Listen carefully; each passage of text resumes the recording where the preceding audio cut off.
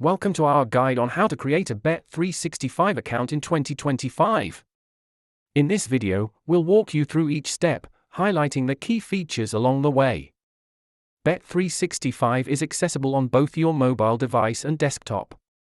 Whether you use the app or the website, the sign-up process is seamless. First, visit the Bet365 website or open the app. Click on the Join Now button to start your registration.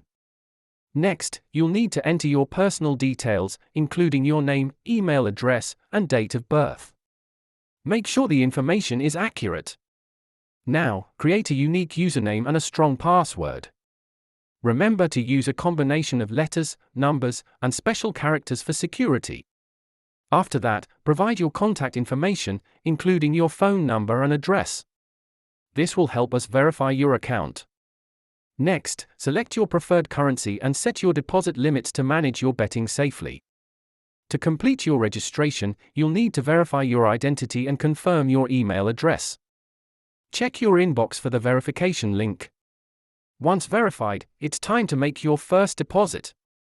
Bet365 offers numerous payment options that cater to your convenience. Congratulations! You're now ready to start using your Bet365 account. Explore the platform, and remember to bet responsibly.